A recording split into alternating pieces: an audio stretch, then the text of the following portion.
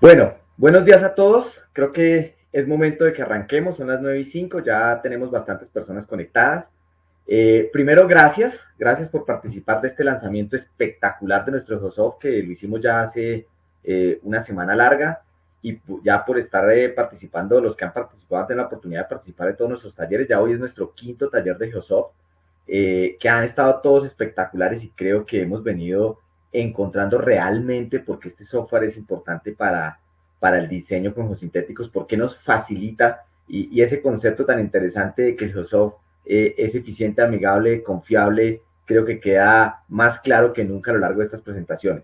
Yo estaba ahora viendo el chat y tenemos, bueno, gente obviamente de toda Latinoamérica. Saludos a todos en México, Centroamérica, Perú, Colombia, Venezuela, Ecuador, el Cono Sur, Chile, Argentina, en fin, desde todas partes donde se están conectados. De verdad, bienvenidos, sociedades de otras partes del mundo. Bueno, ahí cuéntenos desde dónde más nos están saludando. Yo veo que hay mucha inquietud sobre los talleres anteriores, gente que se pudo conectar o no.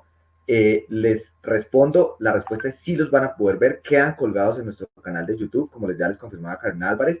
La forma de acceder, y Caro Álvarez, te agradezco si les puedes refrescar la página web de Geosoft ahí en el chat, para que el que quiera pueda entrar, y hay una opción donde dice ver cursos o ver talleres, no lo recuerdo, y ustedes van a poder ver los talleres anteriores si alguno se lo perdió, o si de pronto no pueden asistir a los talleres próximos, van a poder refrescar ahí, ¿vale? Entonces, toda la información va a estar en línea, va a estar disponible. Queremos que todo el mundo se vuelva un experto en soluciones con geosintéticos, y que conozca cómo manejar este software, y que pueda descargar además este manual de diseño. Hoy vamos a hablar de un tema absolutamente interesante, absolutamente importante y trascendente en el mundo de los geosintéticos, como es el tema de impermeabilización. Y es que, bueno, perdón, me presento, mi nombre es Carlos Moreno, yo soy el gerente para la Regional Centro de Geosintéticos en Colombia. Yo les cuento que llevo ya 15 años en el mundo de los geosintéticos. He tenido la fortuna de participar en una gran cantidad de proyectos a nivel regional de diseño de infraestructura con geosintéticos, y soy un convencido de que definitivamente esta tecnología va a tener un impacto importantísimo en los próximos años, más cuando la humanidad se está enfrentando a temas tan críticos como el cambio climático, que tiene que cambiar la concepción de uno como construimos normalmente, ¿no es cierto? Tenemos que reducir el impacto ambiental que hacemos con nuestras soluciones tradicionales, el estar cortando canteras, el estar explotando material pétreo para llevarlo a construir vías, pero además porque hay desafíos como el manejo del agua. Y, y creo que ese es uno tal vez de los más críticos, porque, a ver, los niveles del mar están subiendo, ¿no es cierto? Cada día tenemos eventos lluviosos más complejos, y si algo tenemos que adaptarnos los ingenieros hacia el futuro, es en aprender a darle un manejo adecuado al agua. Y ahí los geosintéticos van a tener un impacto importante. Pero bueno, retomando y enfocándonos de lo que estábamos hablando, hoy vamos a hablar de algo que se llama impermeabilización. Y la impermeabilización, pues, es tal vez uno de los elementos más comunes, de los elementos más importantes que nosotros tenemos siempre que hablamos en el mundo de la ingeniería civil. Nosotros necesitamos permeabilizar muchas cosas. Y de entrada quiero aclarar algo. Aquí tal vez hoy no vamos a hablar en este mundo de las geomembranas, de lo que hablaremos, y del GEOSOP. No nos vamos a meter, por ejemplo, en impermeabilización de cubiertas o de piscinas o de sótanos, que digamos es otro campo, es otro tipo de membranas. Hoy vamos a hablar un poco más de otras aplicaciones relacionadas con el sector ambiental, minero, obviamente de infraestructura, donde la geomembrana tiene una aplicación absolutamente transversal a todo lo que hacemos. Entonces, a ver, ¿por qué es importante impermeabilizar? Bueno, creo que la pregunta a uno se le viene a la cabeza muchas cosas, pero la primera y muy importante, pues porque necesita almacenar agua. O sea, no tenemos agua, ¿no es cierto? Cada día tenemos problemas más complejos con el tema de agua, y necesito almacenarla por varias razones. O una, porque no tengo, ¿no es cierto? Entonces pasa en muchas zonas que lo que hacen es retener el agua, almacenarla para esas épocas de sequía y poderla retener durante ese tiempo. O dos, porque el agua está contaminada, que es un líquido contaminado. Yo necesito que ese líquido contaminado no se infiltre en el suelo y me genere un problema en el tiempo. Entonces, una primera razón para impermeabilizar es el manejo de esos fluidos. O sea, ¿cómo hago para manejar el agua? ¿No? Es una primera apreciación muy importante. Una segunda razón muy importante tiene que ver con lo que les decía, con el manejo de sustancias que pueden afectar el medio ambiente. Si ustedes están construyendo un relleno sanitario, ¿no es cierto?, colocando basuras, ve aquí que hay muchos amigos, por ejemplo, de Perú, que en Perú tienen una industria minera espectacular, en Perú y en Chile, por ejemplo. Esa industria genera una cantidad de materiales que es necesario evitar que se infiltren dentro del suelo porque pueden generar algún tipo de contaminación ambiental. Donde el sector petrolero, por ejemplo, que es muy fuerte, por ejemplo, acá en Colombia, en México, en Venezuela, ¿no? Esa producción del sector petrolero al final tiene una serie o el agua que se genera, ¿no? El residuo final, tengo yo que dar un tratamiento antes de disponerla en cualquier cuerpo de agua. Entonces yo no puedo dejar que eso se infiltre en el suelo y ahí la membrana tiene una importancia fundamental. ¿Listo? ¿Qué tipo de membrana? Bueno, la membrana más común y que ustedes seguramente habrán escuchado son las membranas que se conocen como de polietileno. ¿Listo?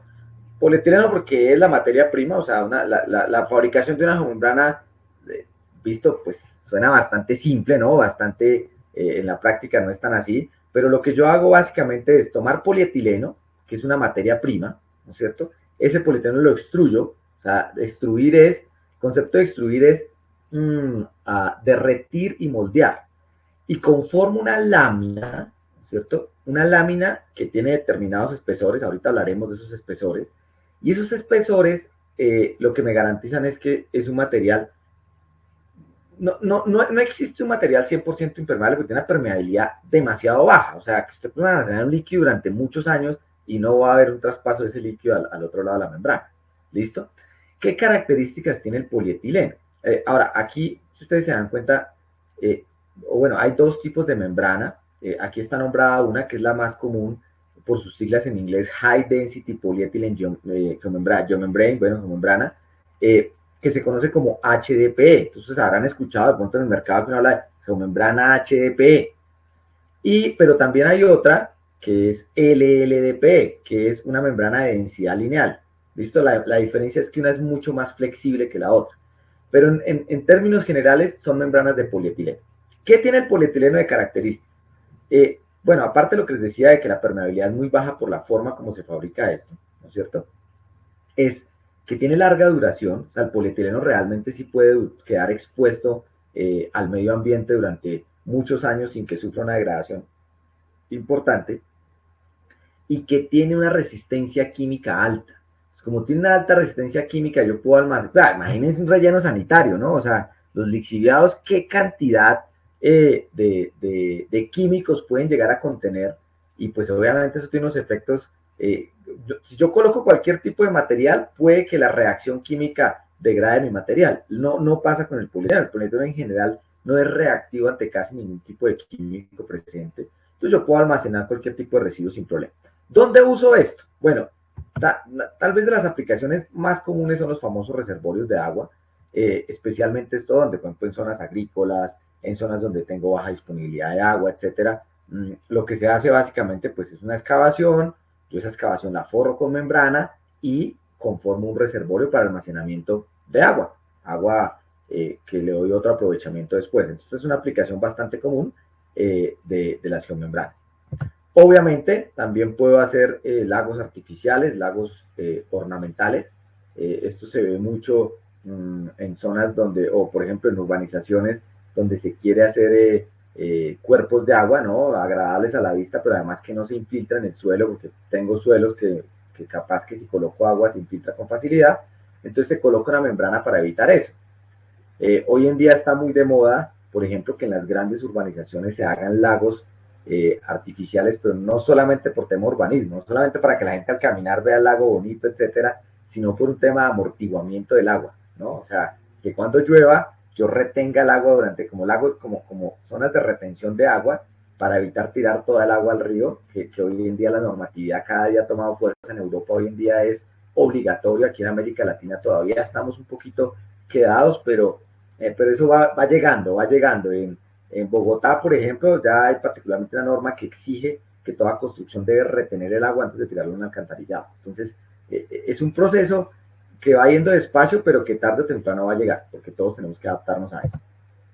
Otro ejemplo de un lago artificial, ahí está, entonces esta es una aplicación bastante común de las geomembranas. Otra aplicación que ha venido tomando mucha fuerza es algo que nosotros llamamos cuneta flexible. Y la cuneta flexible no es otra cosa que una zanja de coronación. A ver, cuando yo necesito hacer un talud y voy a pintar acá al lado, vamos a hacer esto como si fuera una clase, voy a tratar de ir pintando, etcétera, para tener los conceptos claros del diseño, en fin, y al final nos metemos al tema del software para ver cómo esos conceptos quedan trasladados ya en el software. Yo tengo, por ejemplo, que cortar un talud. Entonces, cuando yo corto un talud, que normalmente lo hago en terrazas, yo casi siempre le hago algún tipo de sistema de control de erosión de las aguas superficiales, que son algunas zanjas. Esto se conoce como zanjas de coronación. No sé, bueno, en otros países puede que tengan otro nombre, pero es muy común en el mundo de la geotecnia que lo llamemos zanjas de coronación. Estas zanjas de coronación históricamente se han hecho en concreto, digamos que es la tradición, es el material que conocemos, pero hacerlas en concreto pues es un poquito complejo por dos razones. Una, porque cuestan plata, o sea, el concreto no es barato. Segundo, subir los materiales hasta allá pues es todo un desafío. O sea, miren, aquí está la zanja de coronación. Ay, se me hizo esto. Acá está la zanja de coronación, miren. Entonces, subir materiales hasta allá tiene un costo importante, ¿no es cierto? A cemento, arena, grava, o fabricar el concreto abajo y bombearlo hasta arriba. Eso tiene sus implicaciones, me toca formaletear, en fin. Y si encima el terreno medio se mueve un poquito, como es un elemento muy rígido, y creo que todos lo hemos visto, todos los que hemos trabajado en minería, infraestructura vial, que las zanjas de coronación de los taludes con el tiempo se terminan fracturando, rompiendo, en fin. Entonces una alternativa que ha tomado mucha fuerza en los últimos años es hacer esas zanjas de coronación en geomembrana. Entonces yo simplemente abro la zanja, la forro en geomembrana y logro un sistema que es impermeable, que es barato y que es flexible y lo puedo construir mucho más rápido. ¿Listo? Si yo quiero que esas zanjas incluso sean verdes, después se pueden forrar con sacos, con mantos de control de erosión y me quedan unas zanjas además vegetadas, lo cual se integra muy bien con el medio ambiente. ¿Dónde más? Por supuesto en los rellenos sanitarios. O sea, que esta es una de las aplicaciones más comunes. Cuando yo hago rellenos sanitarios, pues claramente, ¿qué estoy haciendo? Estoy llevando toda la basura de las grandes ciudades y la estoy colocando en un relleno sanitario, ¿no es cierto? Y ese relleno sanitario, pues esa basura genera unos lixiviados, genera unos líquidos que son absolutamente contaminantes, ¿no es cierto? Y que yo no puedo dejar que se infiltren en el suelo porque ¿a dónde van a dar? Pues esos flujos subsuperficiales lo van a arrastrar y va a terminar en cuerpos de agua subterráneos o incluso cuerpos de agua superficiales, aguas abajo donde estoy haciendo el relleno sanitario. Esto es crítico y más cuando las basuras nuestras en América Latina, hace poco escuchaba a un profesor, un geotenista muy importante en Colombia que se llama Álvaro González, no sé si incluso reconocido en América Latina, y él contaba que cuando falló aquí en el relleno sanitario de Doña Juana, que es el relleno sanitario más importante de Bogotá, en algún momento tuvo una falla gigantesca. Hace muchos años tuvo una falla, una estabilidad, el talud de todo el relleno sanitario se deslizó. Y después de hacer toda la inspección de qué va a ocurrir, una de las conclusiones es que se generó demasiado gas. Y la razón por la que se generó demasiado gas es que nosotros en América Latina las basuras que nosotros producimos tienen demasiado contenido de materia orgánica. O sea, no somos buenos reciclando. Que en Europa hoy en día casi que separan todo lo que es materia orgánica para una cosa, todo lo que es reciclable para otra, y al final lo que queda en el relleno sanitario es muy poquito, casi nada. O sea, hoy en día casi que la basura es completamente circular en otras partes del mundo. Aquí todavía, desafortunadamente, no hay una cultura de reciclaje tan fuerte y los rellenos sanitarios llega demasiada materia orgánica. ¿Qué significa? Que se genera mucho gas, ¿no? Y eso fue la razón de ese gran deslizamiento, pero además se genera mucho lixiviado. Y obviamente tenemos que venir y forrar estas celdas que llaman, donde voy a contener la basura para evitar esa contaminación. O sea, ahí se utiliza un montón y tal vez no está acá, pero esto se parece mucho también a los sistemas, por ejemplo, o a lo que se hace normalmente en minería. Lo decía que nuestros amigos en Perú y en Chile, que tienen una minería, una industria minera pujante, espectacular, pues allá esto es bastante común también en el tema minería, y es que todos estos relaves, todos estos estériles que van quedando del proceso minero se van almacenando en grandes celdas también, donde lo que se busca es evitar que haya contaminación, que haya pérdidas de algún tipo de líquido.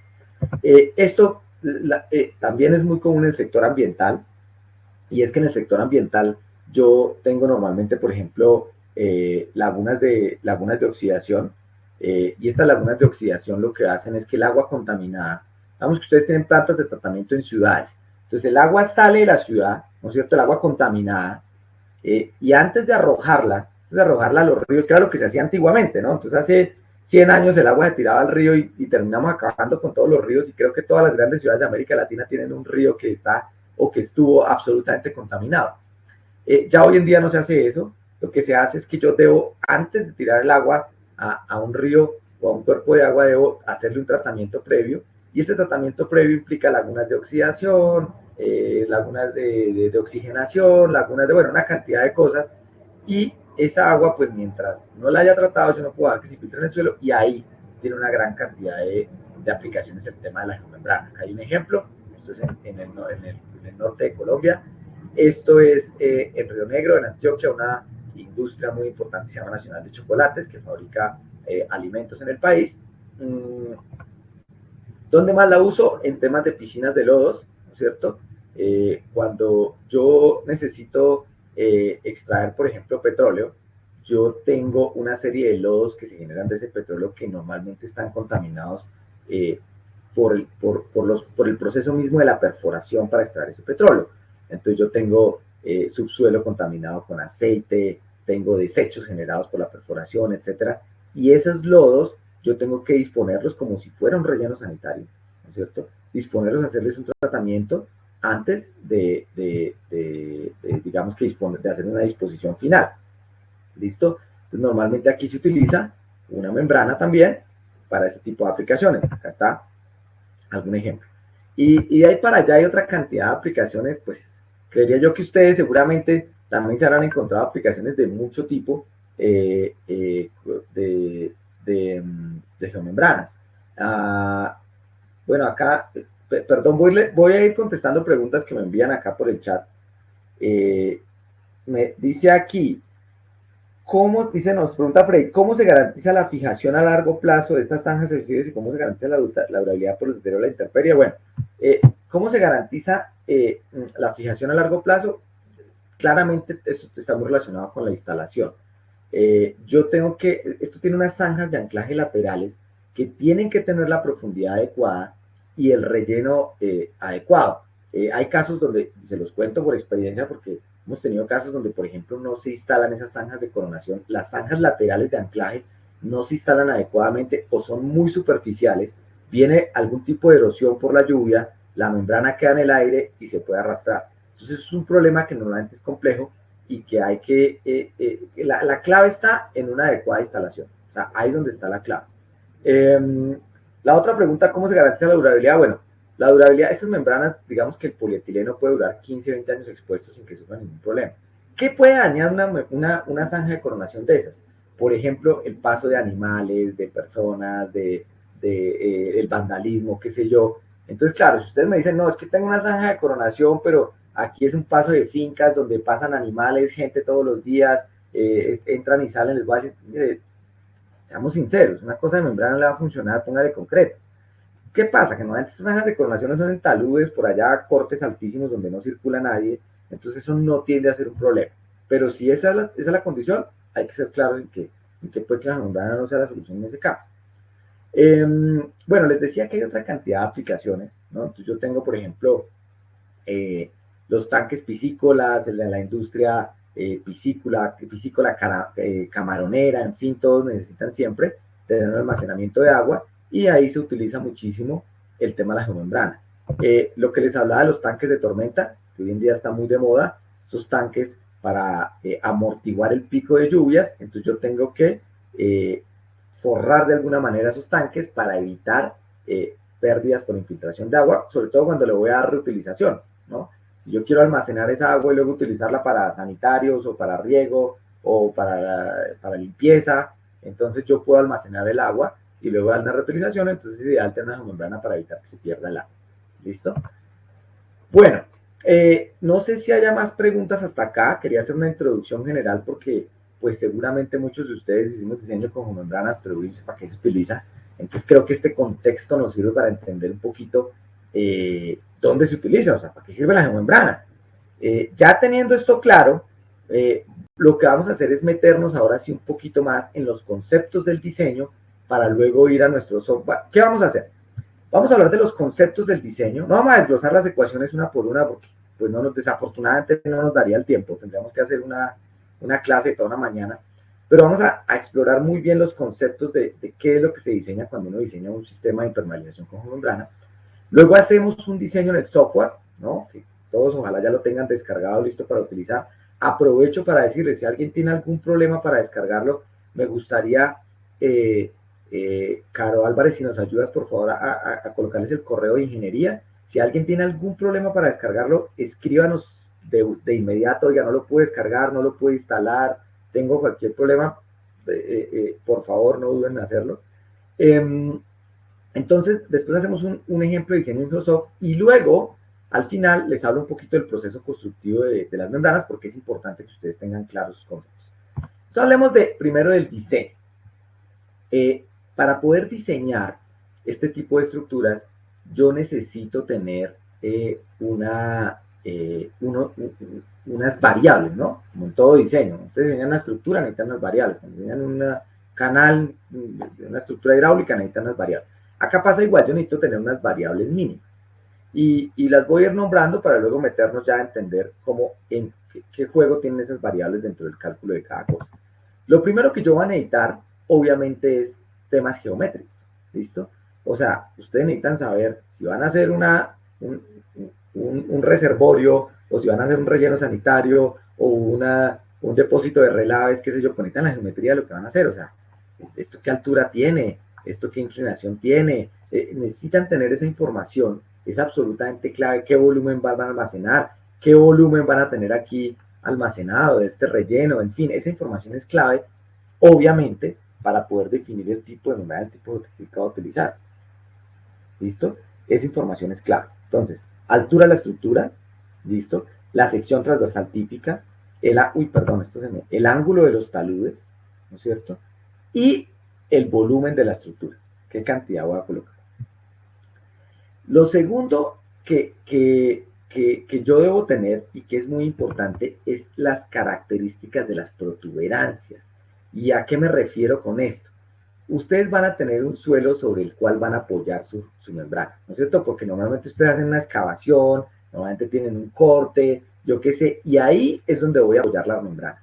Entonces es clave conocer, no solo geotécnicamente, sino geométricamente, cómo es ese suelo sobre el que yo voy a apoyar la membrana. ¿A qué me refiero? Uno, y cuando hablo de las características, me refiero a las características de la protuberancia.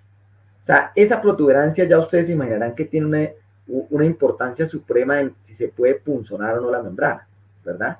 Entonces, ¿qué necesito saber? La altura típica, ¿no es cierto? O sea, oiga, ahí ese suelo es una grava arenosa. Ah, bueno, es posible que yo encuentre partículas de 2 pulgadas, 3 pulgadas. O no, es un suelo arcilloso, espectacular, casi no tiene protuberancias. Ahora, el suelo arcilloso sí puede tener protuberancias, derivadas del corte como tal. Es imposible tener un suelo arcilloso completamente liso, ¿no? Él tiene algunas protuberancias. Yo necesito saber la altura, necesito saber la forma, si esa es angular, es redondeada, es semirredondeada, cuál es la forma de esas protuberancias. ¿Listo? Y lo tercero, qué tan densas están.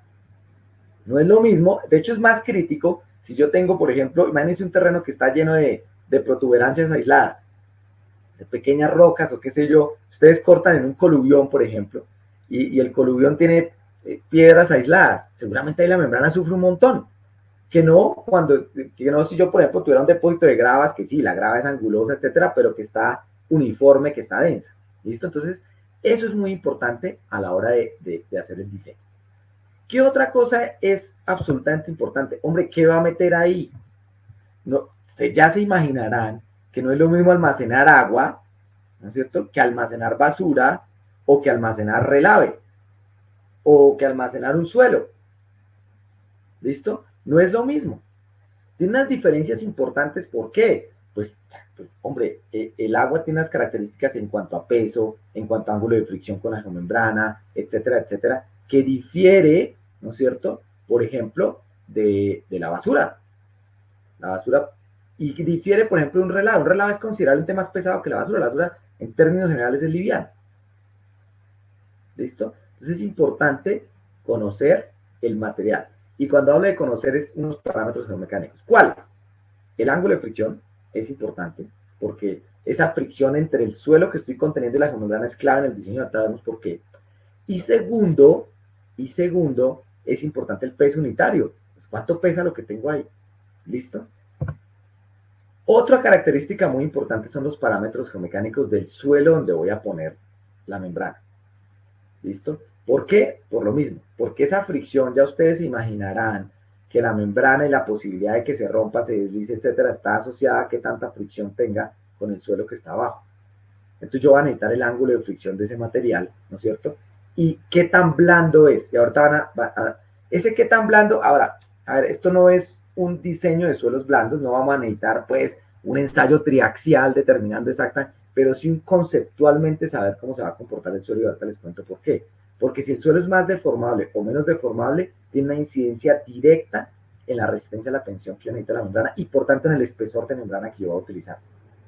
Es un tema conceptual, sí, no es necesario tener un estudio técnico profundo, pero es importante que ustedes lo tengan presente a la hora de hacer un diseño. ¿Listo? Necesito saber con qué material, que usualmente es el mismo material de sitio, o sea, yo excavo y luego voy a llenar estas zanjas de anclaje. Eso es importante. Ahora, no siempre es así. Yo conozco casos, por ejemplo, donde esto está llenado de concreto, por razones porque aquí viene una zona dura, ¿no es cierto? O sea, aquí van a hacer unos andenes, qué sé yo, entonces lo han llenado de concreto. Hay casos donde se ha llenado con material granular seleccionado porque ahí encima va una vía o un camino peatonal, qué sé yo. Hay casos, muchos, la mayoría, donde se llena con el mismo material de sitio, pero es importante saber qué material, y cuando digo qué material me refiero al ángulo de fricción y al peso unitario, yo voy a utilizar para rellenar esa zanja que está ahí, que se conoce como zanja de anclaje. ¿Listo? Y por último, si yo aquí encima voy a tener un material de cobertura, si yo voy a tapar todo esto, esta membrana, es importante conocer los parámetros de ese material. ¿Listo? Claramente va a ser clave entender si ese material me genera más peso o menos peso, me ayuda a anclar mejor o no la geomembrana. ¿Listo? ¿Qué propiedades? El peso unitario, el ángulo de fricción y por supuesto el espesor de cobertura que le estoy poniendo a la membrana. ¿Listo? Bueno, y esto es clave. Y es cuál tipo de lixiviado o de agente químico tengo yo ahí. No es lo mismo si ustedes van a almacenar agua, lluvia, por ejemplo, cuya agresividad química es prácticamente nula, a si ustedes van a almacenar lixiviados de un relleno sanitario. Entonces, eso juega un papel preponderante a la hora de decidir qué tipo de membrana voy a utilizar, ¿no? Qué factores de seguridad voy a utilizar por el tema de degradación química, etcétera. Este es un factor también que es muy importante. Un factor que es muy importante y que tal vez no está nombrado acá, pero que ahorita lo veremos cuando ya nos metamos al software, es el proceso constructivo. ¿Listo? Si ustedes tienen un reservorio pequeñito en el jardín de la casa, que lo van a instalar con mucho cuidado, entonces vienen y hacen la excavación y vienen y instalan la membrana con cuidado, de forma manual, no le van a circular por encima maquinaria, etcétera, etcétera, pues digamos que ese es un proceso constructivo de baja agresividad con la membrana. Pero si ustedes tienen un depósito de relaves que tienen unos equipos gigantísimos extendiendo y compactando y tirando esa vaina ahí como sea, seguramente la agresividad constructiva es mayor. Y eso tiene un papel importantísimo en el factor de seguridad, ¿vale? Ese elemento tal vez no está aquí, pero me parece importante nombrarse. Bueno, entonces, lo primero que vamos a hacer es calcular algo que se llama la resistencia al punzonamiento. Este es fundamental. Ustedes se imaginarán, yo pongo una membrana y le pongo encima un material, lo que voy a evitar a toda costa es que se punzone. Si se punzona, ¿qué pasa? Pierdo la impermeabilidad. Si se punzona, yo pierdo la impermeabilidad. Entonces estoy dejando, no estoy haciendo nada, porque por ahí se me va a filtrar el agua, el líquido, lo que sea. Entonces, la resistencia al punzonamiento está asociada a dos cosas. Al espesor de la membrana, ¿listo? Y aquí hay un concepto que me parece interesantísimo de todo lo que se ha estudiado a nivel mundial. Y es, sí, si ustedes incrementan la membrana, por ejemplo, desde 1.5, si ustedes incrementan 1 milímetro de espesor en la membrana, por decir algo de 1.5 a 2.5 milímetros, la resistencia al punzonamiento se incrementa 1.7 veces. ¿Listo? O sea, no se incrementa considerablemente. Incrementar el espesor de la membrana no tiene un efecto tan grande en la resistencia al punzonamiento. Ojo, estoy hablando de punzonamiento. No tiene un efecto tan importante. O sea, yo la membrana la voy a tener sobre un material que la está punzonando. ¿Listo? Está grava, está punzonando la membrana. Incrementar el espesor no tiene un efecto tan importante. Pero incrementar el espesor sí tiene un efecto salvaje en plata. Casi que si les digo que si ustedes el costo de la membrana es directamente proporcional al espesor. Si ustedes tienen una membrana de 1 milímetro, la de 2 milímetros vale prácticamente el doble que la de 1 milímetro. Así es, directamente proporcional. ¿Listo? ¿Qué pasa cuando yo le coloco un geotextil de protección? Entonces, si yo aquí a la geomembrana digo, no, espere un segundo, para que no se me punzone, yo le voy a poner un geotextil de protección aquí, que debe ser un geotextil no tejido, punzonado por agujas. Eso es importante. Entonces, si yo le pongo un geotextil de protección, que es, hagan de cuenta que ustedes le están poniendo una cobija. Imaginen que ustedes se están sentando, ustedes se van a sentar en una piedra así angulosa. Uno se sienta y de una dice, uy, esto está muy anguloso, ¿no es cierto? Que si uno pone una cobija antes de sentarse, de inmediato aplaca, reduce considerablemente el esfuerzo punzante. Pasa igualito con una membrana. Si usted le pone un geotextil no tejido que se parece a una cobija, usted le pone un geotextil no tejido, de inmediato reducen considerablemente el punzonamiento. Y miren lo interesante, se reduce de 4 a 10 veces. Entonces, si su problema es que ustedes tienen protuberancias, ustedes quieren evitar punzonamiento, que ustedes tienen protuberancias, qué sé yo, y al máximo quieren evitar punzonamiento, que es el problema más grave normalmente en las geomembranas, mi recomendación es no se esfuercen tanto en incrementar el espesor de la membrana, más sí hagan el esfuerzo de poner un geotextil no tejido muy bueno, una cobija que aísla la membrana de ese potencial punzonamiento.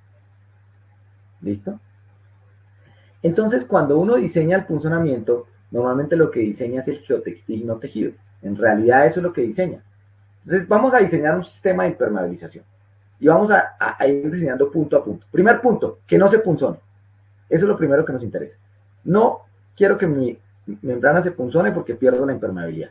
Entonces, como no quiero que se punzone, voy a diseñar el geotextil no tejido para proteger la membrana y evitar que se punzone. ¿Listo? Entonces, vamos para allá. ¿Cómo se diseña el geotextil no tejido? Creo que, un segundo que voy a leer acá porque creo que hay preguntas. Bueno, hay bastantes preguntas. Dice José Cantillo, ¿qué tipos de anclajes se utilizan? Bueno, normalmente lo que se hace es una zanja de anclaje. No es común que se usen anclajes en la membrana, porque si yo la anclo, si yo perforo la membrana, pues pierdo la impermeabilidad. Cuando necesito hacer salidas o entradas especiales a la membrana, lo vemos ahorita en el proceso constructivo, se hacen unos detalles especiales, pero normalmente la membrana no se ancla, no se perfora. Y debe quedar, ahora vemos el proceso constructivo que debe quedar unida una a la otra de manera perfecta. Pregunta, en áreas extensas, ¿cómo se garantiza el empalme? Eso lo vemos ahorita en el proceso constructivo. ¿Cómo se garantiza la impermeabilidad entre rollos? Ya les hablo de eso. Para los tanques de tormenta, ¿qué tipo de membrana recomiendan? Bueno, depende, pero normalmente les digo, por ejemplo, que en Latinoamérica lo que hemos usado para los tanques de tormenta ha sido 30 mils. Es tal vez la aplicación más común. Pregunta Elber, para recubrimiento de canales, ¿cuál recomienda? ¿Geomembrana o geomanto? Bueno, Elber, habría que entrar a ver cuál es la necesidad, porque si el problema que tienes es que necesitas impermeabilizar, pues claramente el manto no va a impermeabilizar, necesitamos una geomembrana. Pero si el problema es erosivo, hay que entrar a ver, y desde ya los invito, de hecho creo que hay un taller pendiente de control de erosión en canales, que va a ser creo la otra semana, no me acuerdo cuándo, pero hay que revisar la programación. Interesantísimo, porque ahí vamos a ver sistemas para, si yo quiero un canal, protegerlo, cómo evito la erosión. Entonces son dos conceptos distintos. ¿Qué necesito? ¿Controlar la erosión o impermeabilizar? ¿Listo? Si es impermeabilizar, geomembrana. Que si encima tengo un flujo demasiado agresivo y tengo que protegerla encima con algo, bueno, ahí hay que entrar a ver una solución. ¿Se puede tener el espesor de la membrana utilizar con el software? Sí, para allá vamos. Eso es lo que estamos haciendo en este momento. Con un diseño de lixiviación con apilamiento de mineral mayor, sí, en el software lo puedes hacer sin ningún problema. Ya vamos para allá, Carlos. ¿Qué profundidad sería la zanja de anclaje? Eso se calcula. Ya vamos a ver cómo se calcula la profundidad de la zanja de anclaje. ¿Cómo se adhiere una con la otra? Ahorita les muestro cómo se adhiere en el proceso constructivo. Bueno, sigamos. Entonces, primera parte, vamos a ver el punzonamiento, que la membrana no se punzone, y para eso voy a diseñar un geotextil que evita que se punzone. Esto es un tema, y parto de ahí, casi que empírico. Entonces, Kerner, ¿no es cierto? Lo que se hizo fue hacer una cantidad de ensayos, muchísimos ensayos, ¿no es cierto? Por métodos donde lo que se iba haciendo era calculando un funcionamiento hidrostático en la norma, incluyéndole factores de reducción, y determinó que la presión admisible, ¿no es cierto?, que yo podía aplicar, estaba asociada a la masa por unidad de área del textil, o sea, que ahí sí, qué tan gruesa o no es la cobija que estoy colocando, lo cual es lógico, ¿no es cierto? Entonces, que la resistencia que yo iba a tener dependía de qué tan gruesa era esa cobijita que estoy poniendo ahí, y de una serie de factores que dependen, si ustedes se fijan, básicamente de la protuberancia. O sea, la altura de la protuberancia, ¿no es cierto? Voy a cambiar aquí el color de la pluma, la altura de la protuberancia, el factor de modificación. Ya ahorita vemos qué es eso, por forma, por empaquetamiento, por efecto de arco, por creep, o sea, una cantidad de factores de modificación y la altura de la protuberancia. ¿Y cuál más? ¿Qué tan grueso o no? ¿Qué tanta masa tiene esa cobija que le estoy poniendo ahí o no? ¿Listo? Eso fue una ecuación original que hizo Kerner en su momento basada en muchísimos ensayos. O sea, esto es empírico, esto no es algo analítico donde se haya hecho un cálculo específico, sino a partir de relaciones empíricas. Eso hace que se le pongan unos factores de seguridad muy grandes. Entonces, digamos que los factores de seguridad que se utilizan, ¿qué le pasa a uno en la geotecnia? Aquí si hay geotecnistas seguramente sabrán que uno, pues, utiliza factores de seguridad, por ejemplo, para diseño de cimentaciones de 3. Y la razón es que hay muchas variables, mucha incertidumbre. Cuando uno tiene mucha incertidumbre, pues debe utilizar factores de seguridad robustos. Aquí pasa lo mismo. ¿Listo? ¿Qué pasó?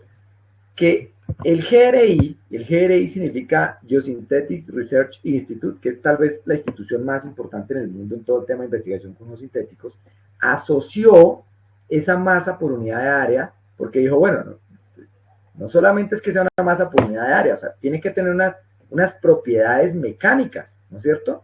Unas propiedades mecánicas, esos geotextiles que yo estoy colocando de protección.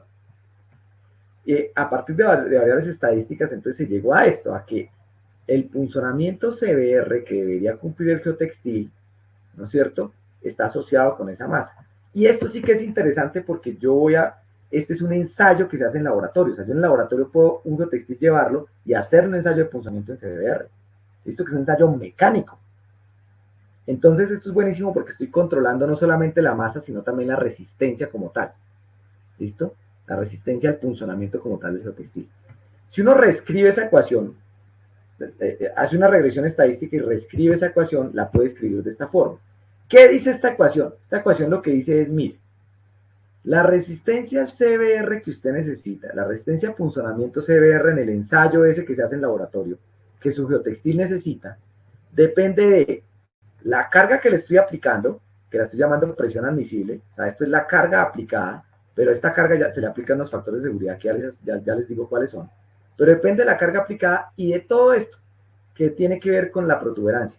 O sea, qué altura tiene esa protuberancia, qué factores de modificación por forma, por empaquetamiento, por efecto de arco, creep, etcétera. ¿Listo? Ahora, miremos estas variables.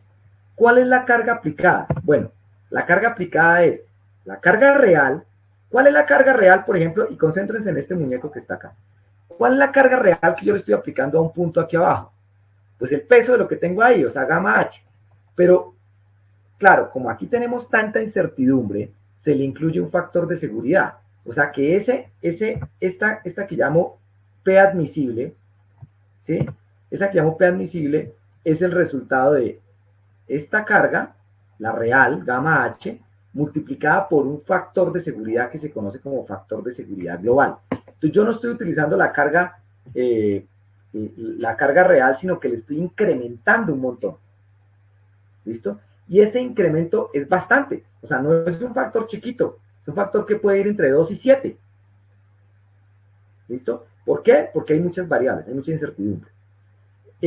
¿Cuál es ese factor? Bueno, ese factor depende, miren, ese factor de seguridad global está acá. ¿De qué depende? De la altura de la protuberancia, ¿no es cierto? ¿Qué tan alta es la protuberancia? Y si son piedras aisladas o piedras densas. A partir de eso yo calculo el factor de seguridad. ¿Para qué me dice la metodología de diseño? Si después de aplicar esto, si usted después de multiplicar su factor de seguridad por la carga que tiene ahí, si la carga admisible le da mayor a 50 kilopascales, listo, utilice ese valor. Pero si le da menos, Si le da menos de 50 kilopascales, deje 50 kilopascales. Esto tiene una razón de ser, y es que ustedes saben que la matemática lo aguanta todo. Supongan que ustedes tienen un cuerpo de agua de 40 centímetros de altura en un suelo que es absolutamente uniforme, etcétera, y ustedes van a hacer este cálculo y les da una carga pequeñita, muy pequeñita. Si les da una carga muy pequeñita, pues ustedes terminan dándoles que no coloquen nada o que coloquen cualquier geotextil que se va a dañar durante la instalación. O sea, esto tiene un objetivo y es garantizar que también durante la instalación pues yo tenga un mínimo de materiales que no se van a dañar o a romper. ¿Listo? Ahora miremos muy rápidamente, para no entrar en detalles, estos factores de modificación que está acá. O sea, ¿qué es este factor de forma, de empaquetamiento, bla, bla, bla? Miremos uno por uno muy rápidamente. Ustedes lo sé, igual, a ver, les reitero, esto lo encuentran todo en el manual, en el libro de diseño de infraestructura con geosintéticos, gratuito, espectacular, la Biblia de los geosintéticos, que lo pueden descargar en la página web donde descargan el software. ¿Listo? Entonces allá lo pueden descargar gratuitamente también si quieren entrar a leer los detalles de esto. Entonces el factor de forma de la protuberancia depende de si es angular, subredondeada o redondeada, pues obviamente es más crítico angular. Fíjense que los factores están abajo, ¿no? Los factores están acá arriba. Entonces voy a necesitar más resistencia si estos factores crecen. Entonces, claro, obviamente lo que va a pasar es que en la angular no me hace ninguna reducción, mientras que en la redondeada me reduce la carga que yo necesito, la resistencia que yo necesito. ¿Listo? También la forma de la protuberancia, porque ahí está, no es lo mismo poner mi geomembrana sobre una piedra angular que sobre una piedra subredondeada que sobre una piedra redondeada. Obviamente es más crítico angular. Factor de arreglo de las protuberancias, ¿a qué se refiere ese? A si están aisladas o no. Entonces, si sus piedras están aisladas, bueno, utilice este factor. Están densificadas, pero el tamaño es de 38 milímetros o más, utilice este. Están densificadas, pero el tamaño de la piedra es menor a 12 milímetros, utilice este. ¿Listo? Todos son tablas. Todos son tablas. El otro efecto es un efecto que se llama de arco en sólidos. Y es que los sólidos tienden a pasar cargas de mayor rigidez, las zonas de mayor rigidez de menor rigidez tienden a transmitirle carga a las zonas de menor rigidez, de menor rigidez a las de mayor rigidez. Entonces, ¿qué pasa? ¿Cómo les doy un ejemplo? Bueno, un ejemplo podría ser, por ejemplo, imagínense que ustedes tienen un suelo y le ponen unos pilotes. ¿Listo? Resulta que si ustedes aplican una carga aquí en general, ¿listo? El suelo tiene un efecto que se llama efecto de arco. Entonces, ese efecto de arco hace que por esa transmisión de rigideces, el suelo se porte como como que es capaz de transmitir y de arquearse, de transmitir el esfuerzo como si fuera un arco en diferentes zonas. ¿Sí? ¿Esto por qué es importante? Porque imagínense que aquí tengo mi vaso de geomembrana, ¿listo? Y yo lo tengo lleno es con suelo, ¿listo? Si yo lo tengo lleno con suelo, lo que va a pasar es que esta carga, aquí puntual, ¿no es cierto?, en una protuberancia, se va a disipar, el mismo suelo va como a disipar, a transmitir la carga específicamente. El efecto de arco hace que reduzca parcialmente la aplicación de la carga en una protuberancia específica. No así con el agua. El agua no tiene esa capacidad. El agua simplemente está cargada. Si yo un pilote lo meto en el agua, pues pasa derecho. ¿Listo? Entonces pasa lo mismo, pasa derecho todo el esfuerzo. No mejora la capacidad del agua alrededor del pilote, en el suelo sí. Entonces aquí pasa algo, y es que si yo tengo el relleno, la celda o lo que sea, llena con material granular, con material sólido, como basuras, por ejemplo, es menos crítico, en el caso del efecto de arco, que si lo tengo lleno con agua. Si yo tuviera esto lleno con agua, es más crítico. ¿Listo? Por ese efecto que les estoy diciendo. El factor de reducción por creep, esto básicamente se refiere a que esto es un plástico, y como es un plástico, ustedes saben que todo plástico tiene, si yo le aplico una carga, va a tener una deformación en el largo plazo, una carga estática. ¿Listo? Como tiene una carga estática, voy a tener una deformación en el largo plazo, y esa deformación en el largo plazo tengo que revisarla con este factor. Y por último está el de degradación química y biológica, y aquí es muy importante tener en cuenta, ¿no es cierto?, el tipo de lixiviado. Miren, entonces es un lixiviado no agresivo o no aplica, como en el caso de agua. Si yo tengo agua, pues no aplica, no tengo un factor de seguridad química y biológica. Pero si es un lixiviado agresivo, ¿dónde sería esto? Por ejemplo, un relleno sanitario, ¿no es cierto? En un relleno sanitario yo tengo un lixiviado agresivo. Ahí debería usar un factor de seguridad mayor. ¿Listo? Bien. Con esta ecuación entonces nosotros ya determinamos la primera parte, que es el punzonamiento de la membrana. ¿Qué más le puede pasar a esa membrana? O sea, ya dijimos, oiga, le puse un textil, no se va a punzonar. Ya lo logré. Segunda parte que tengo que hacer. Ya la membrana no se punzona, pero ahora tengo que evitar que la membrana se rompa. Porque la membrana por tensión se puede romper. Y aquí viene una pregunta que alguien hizo. ¿Qué espesor de membrana debería utilizar? Bueno, el espesor lo que me garantiza es que la membrana no se va a romper. ¿Listo? Y entonces, ¿cómo hago ese cálculo? El cálculo en realidad es algo relativamente simple. Relativamente simple, pero que es conceptual. Y ojo con esto, porque aquí a veces muchos, digamos que pueden tener una equivocación en el concepto.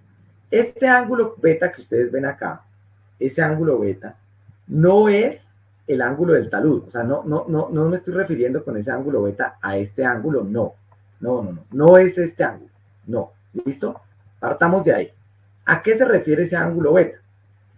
Resulta que cuando más sufre la geomembrana. Ay, perdón, es que me trabó este. Voy a borrar aquí esto, ya.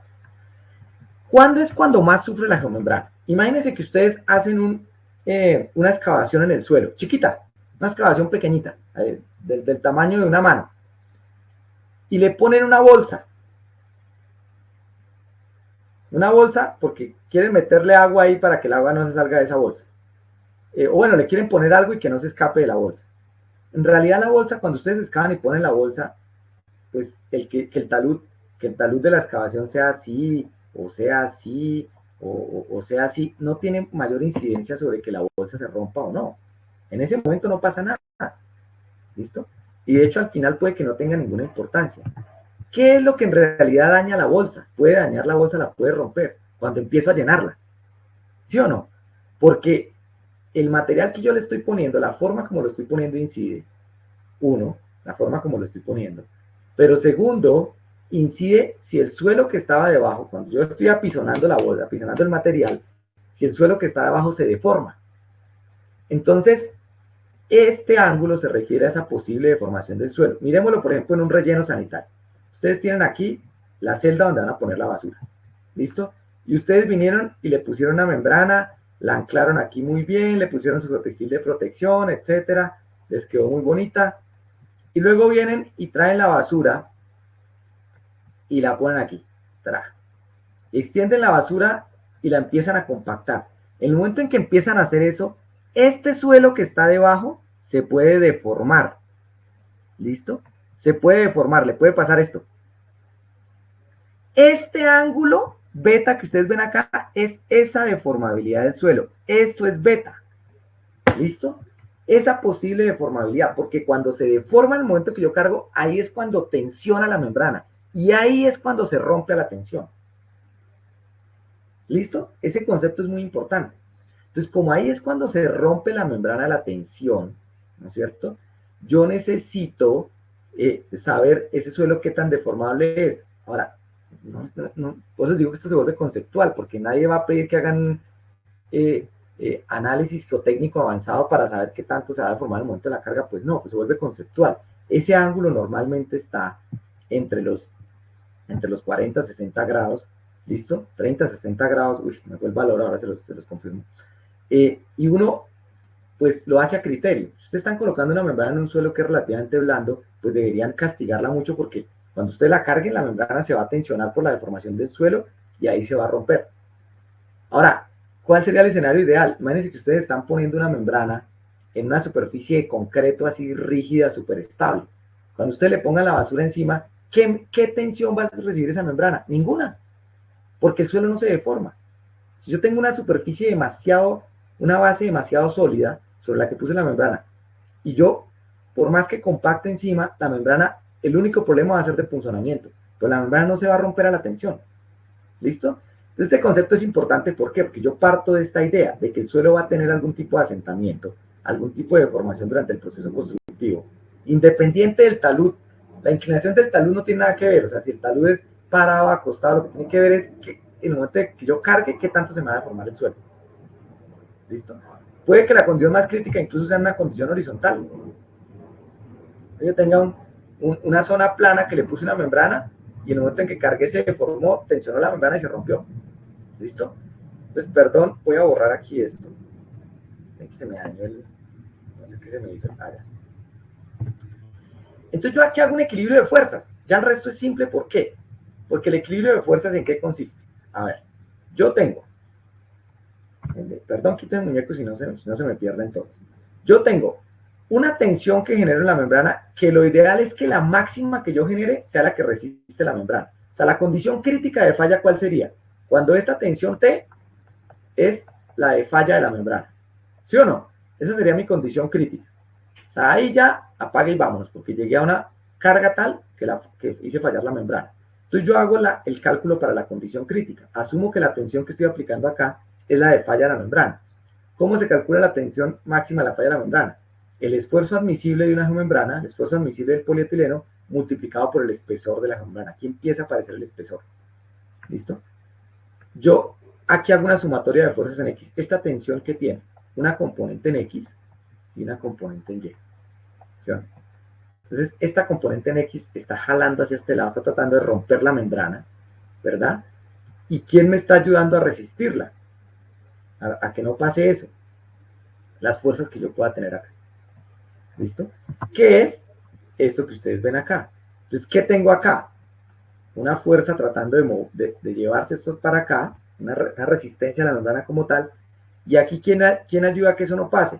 Las fuerzas de fricción que se generan tanto arriba como abajo, que dependerán del suelo de cobertura, de la carga normal, qué sé yo. Estos esfuerzos que generan acá, ¿no es cierto? Son los que evitan eso. Si yo pongo eso, y no van, por eso digo que aquí no vamos a sacar ecuación por ecuación, pero si ustedes hacen ese ejercicio con calma y con detalle, llegan a esta ecuación. ¿Qué dice esta ecuación? Hombre, el espesor de geomembrana que usted necesita va a depender de el esfuerzo admisible de la membrana, que normalmente para el polietileno son 15.000 kilopascales, o sea, este es un valor estándar, el polietileno resiste 15.000 kilopascales.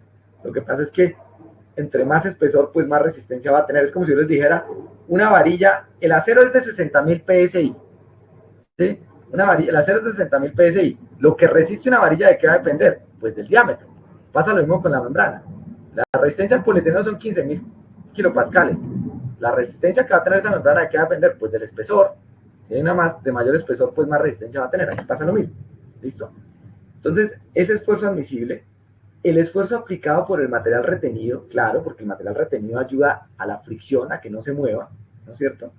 El espesor, que es lo que estoy calculando, la fricción entre la fricción, ¿no es cierto? El ángulo de fricción entre los materiales y la geomembrana, claro, la fricción que pueda generarse acá es importante.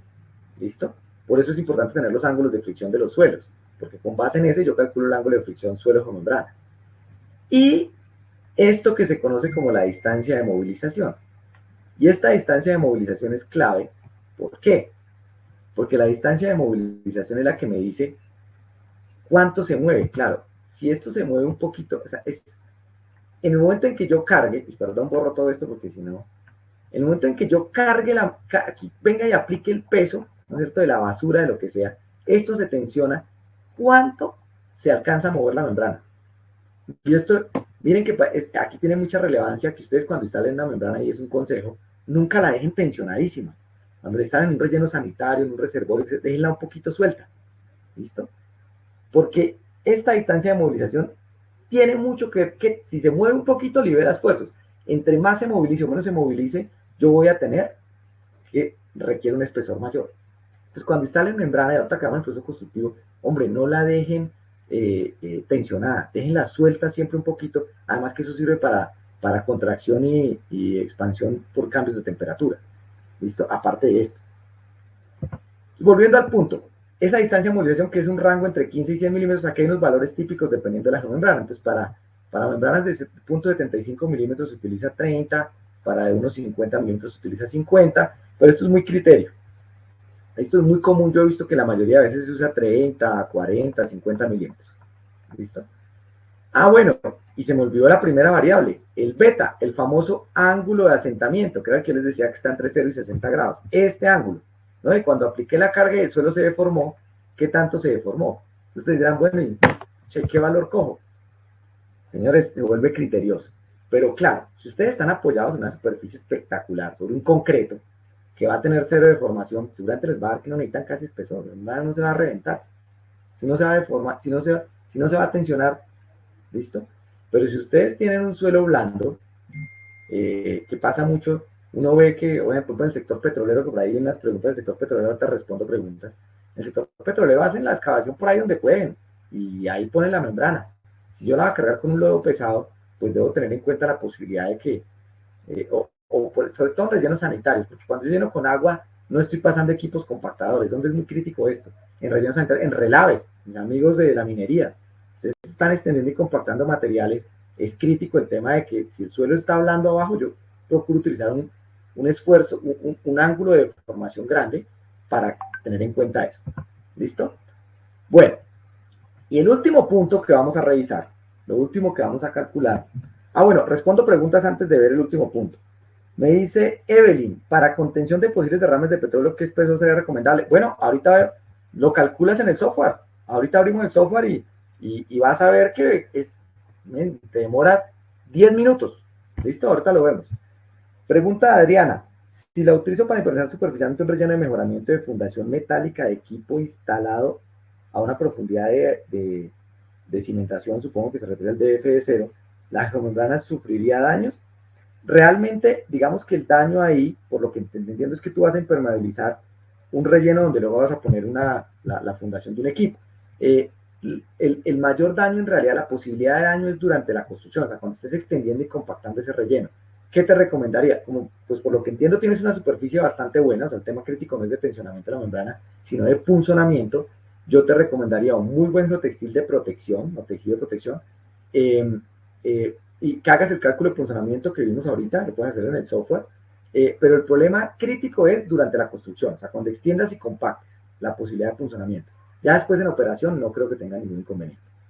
Bueno, miremos el diseño de la zanja de anclaje. Esto sí ya es un tema de equilibrio de fuerzas, lo muestro muy rápidamente y es, aquí sí tiene que ver el ángulo de inclinación. O sea, yo tengo una membrana que necesito que esté colgada, que no se vaya a deslizar en esta dirección, entonces hago un equilibrio de fuerzas. ¿Quiénes están alando la membrana? Pues la tensión de la membrana, ¿verdad? Yo tengo una tensión que me está generando una fuerza en esta dirección, tratando de mover la membrana hacia acá. ¿Y quiénes evitan que se mueva? Pues la fricción en esta zona, ¿no es cierto? Aquí yo tengo también un equilibrio de fuerzas que es la presión activa del relleno de la zanja de anclaje, ¿no es cierto? Y la presión pasiva del suelo, del terreno natural, evitando que se mueva la membrana. Entonces, esto es un equilibrio de fuerzas, no voy a entrar al detalle, porque digamos que esto es casi que física básica, donde yo tengo de un lado unas tensiones que están tratando de mover la membrana en esta dirección, y de otro lado las fuerzas de fricción que se generan aquí, tanto por encima como por debajo de la membrana, y que van a depender de la carga normal y del ángulo de fricción suelo-membrana. ¿Listo? Acuérdense que la fuerza de fricción depende de dos factores, de la carga normal y del ángulo de fricción entre los dos cuerpos. No es lo mismo deslizar un papel mantequilla sobre una mesa que un papel lija sobre una mesa. Y no es lo mismo deslizar ese papel si está parado encima de alguien que pesa 10 kilos, un bebé, o si está parado encima de una persona de 120 kilos. Obviamente va a ser más difícil entre más carga normal yo tenga. Aquí pasa lo mismo. Entre más carga normal tenga, más fricción se va a generar acá, y entre mejor rugosidad haya entre membrana y material, pues mejor fricción se va a generar. No entro en detalle porque, pues digamos que esto es unos cálculos donde yo hago una sumatoria de fuerzas en X. De un lado tengo lo que está desestabilizando y de otro lo que me ayuda. ¿Listo? Ese es todo el misterio. Los invito, si quieren, de todas formas, a revisar el detalle en el manual de diseño. Básicamente, después de plantear eso, yo llego a una ecuación, que es esta, una ecuación bastante larga, pero miremos en términos generales qué me dice esa ecuación. Aquí está metido esto que llamo DAT, es la profundidad de la zanja de anclaje. Perdón, borro aquí esto. Es la profundidad de esta zanja de anclaje. ¿Listo? Entonces ese DAT Si ustedes se dan cuenta, está metido entre varias partes de la ecuación, o sea, hay que resolver esta ecuación. La buena noticia es que el software lo hace, no se preocupen.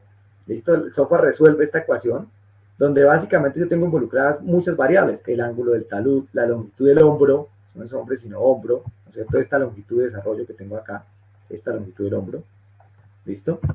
El esfuerzo admisible de la membrana, el esfuerzo normal del suelo de cobertura que va a depender pues del espesor del suelo de cobertura que yo tenga, el ángulo de fricción de la membrana con el suelo de fundación, el ángulo de fricción de la membrana con el suelo de cobertura. Algunos me pueden preguntar, ¿cuánto es el ángulo de fricción entre una membrana y un suelo?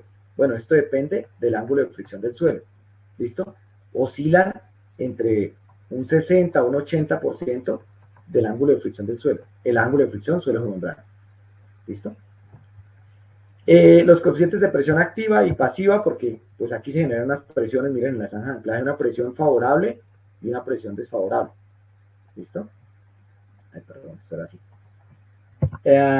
Y el ángulo de fricción del relleno de la zona de la zanja de anclaje tiene que ver con si me va a resistir o no. Voy a revisar si hay preguntas antes, si no, me gustaría que desarrolláramos un ejemplo en el software. A ver, creo que no hay preguntas. Bueno, no hay más preguntas. Hagamos un ejemplo. Vamos al software y hacemos esto. Mira, acá está la pregunta que me hacía, creo que era Evelyn. Pues listo, tú necesitas diseñar, pues lo diseñas, eso no te demoras nada. ¿Qué tengo? Tengo un reservorio de almacenamiento de agua. Yo defino que la distancia de movilización son 70 milímetros. ¿Listo? Que es una grava, el suelo de fundación sé que es una grava arenosa y que la altura de protuberancia, pues por ser una grava es 2 centímetros, 20 milímetros, que está densificada, que las formas son angulares. La zanja de anclaje la voy a hacer con el mismo material de excavación que defino, que tiene 19 kilómetros metro cúbico y un ángulo de fricción de 35 grados. No tiene cobertura. Esto pasa mucho en el sector petrolero, qué casualidad. Y entonces yo ya sé que esto es un reservorio de almacenamiento de agua, miren, que va a tener hasta 7 metros. Aquí voy a echar el agua. Aquí no le coloqué ningún suelo de cobertura. Lo dejé así. ¿Listo? Entonces, diseñemos esto, ¿vale? Para eso, creo que me toca, esperen un segundo, me toca dejarles de compartir la pantalla y volvérselas a compartir ya completas. Esperen un segundo. ¿Cómo es la cosa aquí? Pantalla completa ya. ¿Ya están viendo mi pantalla? Sí. Entonces voy a abrir mi Microsoft, acá.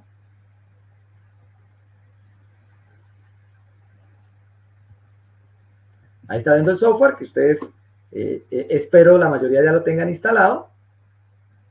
Y vamos a hacer ese ejemplo muy rápido. Me voy a ir, lo voy a hacer en español. Acuérdense que ustedes aquí pueden tomar la opción de inglés o portugués, que me parece espectacular. Si hay alguien de Brasil que nos está acompañando, bienvenidos. Y si hay alguien que aquí, para quien le resulta mejor en inglés, o porque tenga que hacer diseños en inglés, que pasa mucho. A ver, ustedes, aquí la ingeniería en Latinoamérica, digamos que trabaja para muchas partes del mundo. Yo sé de muchas firmas consultoras que tienen que hacer diseños para otras partes del mundo, para Estados Unidos, para Europa, para África, por ejemplo. Sé de muchos consultores que trabajan allá. Y hay países aquí en la región, seguramente si alguno de los que hemos tenido la oportunidad de apoyar cosas, por ejemplo en Guyana, allá tocan inglés. ¿Listo? Entonces, qué chévere poder hacer el diseño en inglés para presentar nuestras memorias de cálculo, todo en inglés. Bueno, entonces aquí le doy entrar y voy a entrar. Bueno, listo, no, llenemos esto. Es que creo que no lo tenía. Perdón, a descargar yo. Ay, caramba. Me voy a registrarme aquí.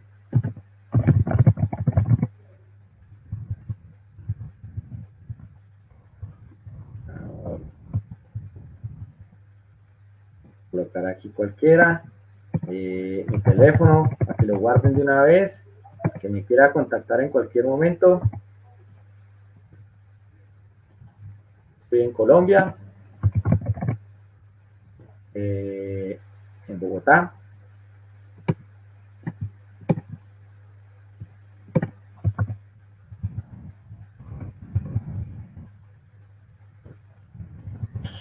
Listo. Aquí. Listo. Entonces, voy a ir a nuestro módulo de diseño con geomembranas. Voy a abrir un nuevo un nuevo ejemplo, ahora aquí en el escritorio le voy a poner ejemplo, ¿listo? Y este nombre, que es ejemplo, listo. Entonces aquí me sale mi módulo de geomembranas. ¿Qué me está pidiendo? Y voy a ir saltando entre nuestro ejemplo, ahí está. La altura del relleno, que dijimos que es un reservorio de 7 metros, ¿listo? El peso unitario del relleno, como lo que voy a almacenar, que es agua, entonces, porque dijimos que era un reservorio de agua, ¿listo? Entonces voy a decir que tiene 1 tonelada por metro cúbico, ¿listo? Si fuera basura puede que fuera unos 5, unos 6 toneladas por metro cúbico. Si fuera un relave puede que eso llegue a 2, 1,8, 2,2 toneladas metro cúbico, depende de lo que ustedes van a almacenar, ¿listo? La pendiente del talud, y aquí me parece espectacular porque yo puedo o ponerlo en términos de pendiente, si yo le pusiera aquí 1,5, miren que él de una vez me ajusta los grados, o puedo ponerlo en grados. ¿Sí? Si usted lo pone, aquí en este caso, por ejemplo, sé que son 55 grados, si yo le cambio aquí a 55, él automáticamente me va cambiando la pendiente del talud. ¿Listo? Entonces yo puedo ponerlo o en términos de pendiente o en términos de grados. ¿Listo? El ángulo de fricción del material superior, y aquí esto es súper interesante, que creo que ya lo hablamos en el lanzamiento, que esto trae ayudas para todo. O sea, ustedes pueden, mira, acá hay unos valores típicos, ¿listo? ¿Cuál es el ángulo de fricción del material superior? Y se refiere al ángulo de fricción del material que en este caso está almacenado. Pues como es agua, ¿no es cierto? Es un líquido, no tiene ángulo de fricción, entonces le va a bajar 0. ¿Listo? Y este es clave, esto que dice aquí, grado requerido de supervivencia. ¿Por qué? Porque este tiene que ver con el proceso constructivo. ¿Listo? Pero la buena noticia es que aquí está la ayuda. Ustedes pueden leer. Miren esto tan interesante que yo les decía. Si usted es una instalación manual, fácil, que no va a sufrir mucho la membrana, es bajo.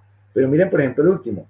Una instalación manual con maquinaria sobre un terreno grabado con maquinaria de una textura pobre, ¿no es cierto? O sea, depende del proceso constructivo, ustedes pueden, y es importante que tomen la decisión de qué tipo de grado de supervivencia requieren. ¿Listo? Yo en este caso, por ejemplo, me voy a ir por alto. ¿Por qué? Porque es una instalación manual o con maquinaria sobre un terreno gradado, una grava de pobre textura y tengo cargas altas, ¿no es cierto? O sea, 7 metros de agua pesan 7 metros de agua pesan 7 toneladas por metro cuadrado, es una carga importante, no es un reservorio chiquito.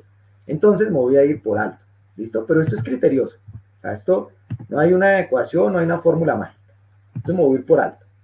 El suelo de sitio, yo puedo escoger el tipo de suelo de sitio, en este caso dijimos que es una grava arenosa, entonces una mezcla de arena y grava. ¿Para qué me sirve esto? Para escoger un ángulo de fricción típico y no tener que ir a buscar en la literatura. ¿Por qué? Ustedes dirán, pero bueno, ¿se asumen típicos? Sí, porque estoy diseñando una geomembrana, o sea, no estoy diseñando una cimentación o la estabilidad del talud. Entonces, digamos que me permite, me puedo dar esas facilidades de escoger valores típicos. Pero si ustedes tienen el ángulo de fricción del suelo por alguna razón, ¿listo? Ustedes pueden meterlo. Y luego otro, no, mi ángulo de fricción es 45. Bueno, no es una locura. 25. ¿Listo? Pero si no, aquí hay una ayuda espectacular, entonces ustedes pueden escoger y él les da un ángulo de fricción típico. ¿Listo? Me voy a ir al siguiente módulo.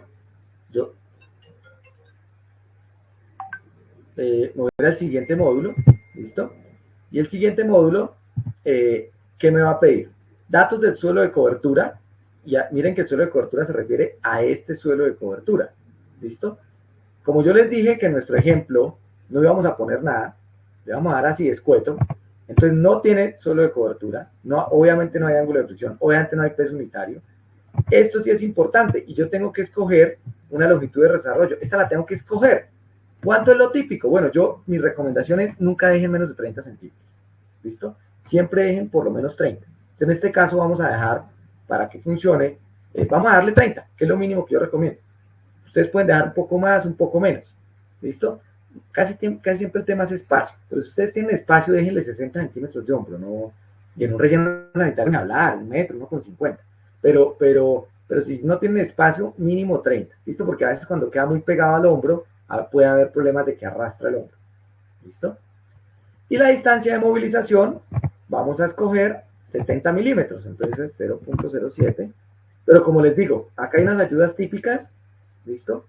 Ustedes pueden usar, es más, usemos la de la ayuda típica, miren, usemos 50, no sabemos todavía el espesor de la membrana, pero usemos 50, Listo, vamos a usar 50. Vale, ahí está. Los parámetros de la zanja de anclaje, entonces dijimos que era con el mismo material de excavación que yo iba a llenar, dijimos que ese material tenía 35 grados y un peso unitario de 19 kilonewton metro cúbico. Ustedes aquí pueden escoger si lo meten en kilonewton o en toneladas. Lo voy a dar en toneladas, por tanto sería 1.9 toneladas. ¿Listo? Y aquí vienen los parámetros de la protuberancia. Entonces, ¿qué parámetros escojo? Miren lo que me dice acá. Yo puedo escoger en este caso, ¿listo? Yo voy a escoger en este caso una altura de protuberancia de 20 milímetros, ¿listo? Que es la que tengo. Factor de forma, que si es angular, parcialmente redondeada o redondeada, en este caso dijimos que era angular. Que si son piedras aisladas o agrupadas, dijimos que el suelo de fundación, acuérdense, dijimos que era muy densa, ¿no? Que estaba bien densificada, entonces vamos a escoger densa, agrupadas. El tipo de lixiviado, como es un reservorio de agua, no tengo lixiviados, ¿verdad? No tengo lixiviados. Y estos factores yo puedo ir revisando uno por uno. Lo bueno es que aquí está la ayuda. ¿Qué debería utilizar? ¿Es angular? Ah, bueno, utilizo un factor de 1. ¿Listo? Densidad del relleno. ¿Está aislada? ¿Está compacta? ¿Cómo está? Está compacta y tiene una altura de protuberancia de 20 milímetros. O sea, me voy a ir con esta, de compacta 25 milímetros, 0,67. ¿Listo? Factor de forma por efecto de arco. Como es una presión hidrostática, o sea, la carga que yo tengo, la carga que estoy aplicando es agua. Entonces es una carga hidrostática, entonces le dejo el valor de 1. ¿Listo? Fluencia. Bueno, yo le voy a colocar un geotextil de protección definitivamente. ¿Listo? No tengo definido qué tipo de geotextil. Por ahora vámonos con el típico que es 1.5. Uno puede después devolverse a modificarlo si lo considera. ¿Listo? Y degradación química y biológica. Yo no tengo lixiviados. Entonces debería casi que ni poner un factor de reducción. Ahora, si ustedes quieren ser conservadores, pongan algún factor. Listo, 1.1 para cualquier cosa. ¿Listo? Voy a ir a la siguiente pantalla. ¿Qué me dice acá? Me dice, mire, lo que yo calculé es que usted necesita mínimo 0.32 milímetros espesor. Pero por supervivencia, por el proceso constructivo que usted va a tener, debería tener mínimo 1 milímetro. Entonces yo aquí escojo el espesor que voy a poner. Si yo le pongo menos, me va a decir, oiga, no, usted no está cumpliendo con el espesor mínimo. Aquí debería ponerle por lo menos 1, ¿no es cierto? O 1,5 o 2, para que cumpla con este espesor mínimo. ¿Listo? Voy a escoger 1 milímetro. Y esta ayuda me parece espectacular. ¿Por qué? Y yo recibo muchas preguntas todo el tiempo que gente que me dice, oye, ¿qué diablos significa 20 mil, 30 mil, 40 mil? ¿Qué significa eso comercialmente? Cuando ustedes van a la calle, llaman a Pafco, a Manco, a Bidim, a cualquiera de nuestras empresas Wabi, llaman y dicen, oigan, necesito una membrana, pues lo más común, comercialmente las membranas se conocen como 20 mil, 30 mil, 40 mil, ese es el nombre de las membranas. ¿Qué significa 20 mil o 30 mil? Eso es el espesor en milésimas de pulgada. O sea, una membrana de 30 mil es que tiene 30 milésimas de pulgada de espesor. ¿Listo? Siempre tengan eso presente. A eso se refiere 20, 30, 40, 60 y 80 mil. Ahora, el software, como todo lo quiere hacer amigable, pues aquí está. Ustedes ya saben ese espesor a qué referencia corresponde. O sea, puse una membrana de 1 milímetro, significa que es una membrana 40 mil. Aló, ¿qué hubo, señores de Pafco? Oigan, necesito una membrana de 40 mil. Listo, solucionado. ¿Qué más calculó el software? El tipo de geotextil. Miren que me dice que debe ser un tejido 4000. ¿Por qué? Porque tiene que tener una resistencia al punzonamiento de 2.17. Seguramente él hizo el cálculo interno de qué resistencia al punzonamiento se requería, que fue lo que vimos en las diapositivas, y a partir de eso dijo, usted necesita un tejido 4000. ¿Vale? Y la profundidad de la zanja de anclaje la calculó con base también en la ecuación que vimos. Pues yo, la profundidad de la zanja de anclaje, este es el cálculo, y yo les recomiendo esta porque es la próxima a un valor construible. Ustedes no van a decir, no van a decir a un constructor, hágame una zanja de 0.27 centímetros. Pues está loco, bueno, la hago de 30. Entonces, por eso la aproxima a un valor recomendado. Miremos el reporte. Entonces, aquí, miren, ahí está el diseño. Copiar y pegar este muñequito en cualquier memoria de cálculo. Ahí les dice, mucho, está absolutamente claro. La pregunta que me hacía, no me acuerdo quién, que cómo diseñar un reservorio petrolero. Mira, ahí ya te salió diseñado. ¿Cuánto nos demoramos? ¿10 minutos? Yo puedo, bueno, voy a responder preguntas aquí antes de generar el reporte. Creo que hay más preguntas. Me dice Carlos, en el diseño de la zanja de anclaje puedo probar cambiando el ángulo de talud y mostrar cómo cambia la dimensión de la zanja. Sí, claro, el ángulo del talud tiene incidencia en el diseñamiento de la zanja de anclaje. A veces depende un poco también de las cargas, pero yo pues claramente va a tener incidencia, digamos, dentro de la inclinación. Y me dice Freddy Melo que si puedo diseñar en 3D. Diseñar en 3D en realidad no, pues no vale la pena, de poder se puede, pero mi respuesta a Freddy es no vale la pena. ¿Listo? Y no vale la pena porque, pues, normalmente yo tomo la sección crítica en 2D, la sección más crítica, y la extrapolo al resto. Entonces no vale la pena, digamos que desgastarse en hacer un diseño en 3D. Un diseño en 2D para la sección más crítica y la extrapolo al resto. ¿Listo? Y que si puedo diseñar el reservorio para diseñar un reservorio irregular, ¿el software tiene esa opción? No, no porque digamos que es un poquito complejo en términos, habría que cargar una topografía. Mi recomendación es diseñarlo bajo la condición, una condición regular que se aproxime, ¿listo? La más crítica, y utilizar los factores de seguridad altos, ¿listo? O sea, estos son los factores de seguridad que no esté sobrado, ¿listo? Aquí puedo generar un reporte. Voy a generarlo aquí, reporte, que le sirve para sus memorias de cálculo. Está eso. Ay, ¿qué pasó? Ah, ya ahí está. Ahí está, pero a mí no me aparece. Ah, ya aquí está. Ese reporte, que le sirve para sus memorias de cálculo, ahí está, miren. Espectacular. Aquí sale todo, salen los cálculos que se hicieron, el detalle, los parámetros calculados y a lo que llegaron. Adjuntar a mi memoria de cálculo y listo. He hecho el diseño con membrana de cualquier tipo de aplicación. Bueno, voy a regresar, voy a dejar de compartir pantalla y regresamos a nuestra presentación. No sé, bueno, regreso a mi presentación. Ya. No sé si haya preguntas hasta acá, dudas, porque me gustaría hablarles ya un poquito para rematar del proceso constructivo. Voy a verificar. Aquí que Carolina Álvarez muy amablemente me las está enviando al celular, porque como no puedo estar viendo el chat todo el tiempo allá. Se puede adicionar el espesor de membrana de 2.5 milímetros. En este momento no está, y la razón, Carlos, es que pues comercialmente no es tan común la membrana de 2.5 milímetros. De todas formas, te agradezco el comentario. Nosotros, ¿qué queremos hacer con este software? Estar haciendo actualizaciones constantes. Algo así como cuando a ustedes en el celular les llega que hay una actualización del software, que se hicieron cambios pequeños, etcétera.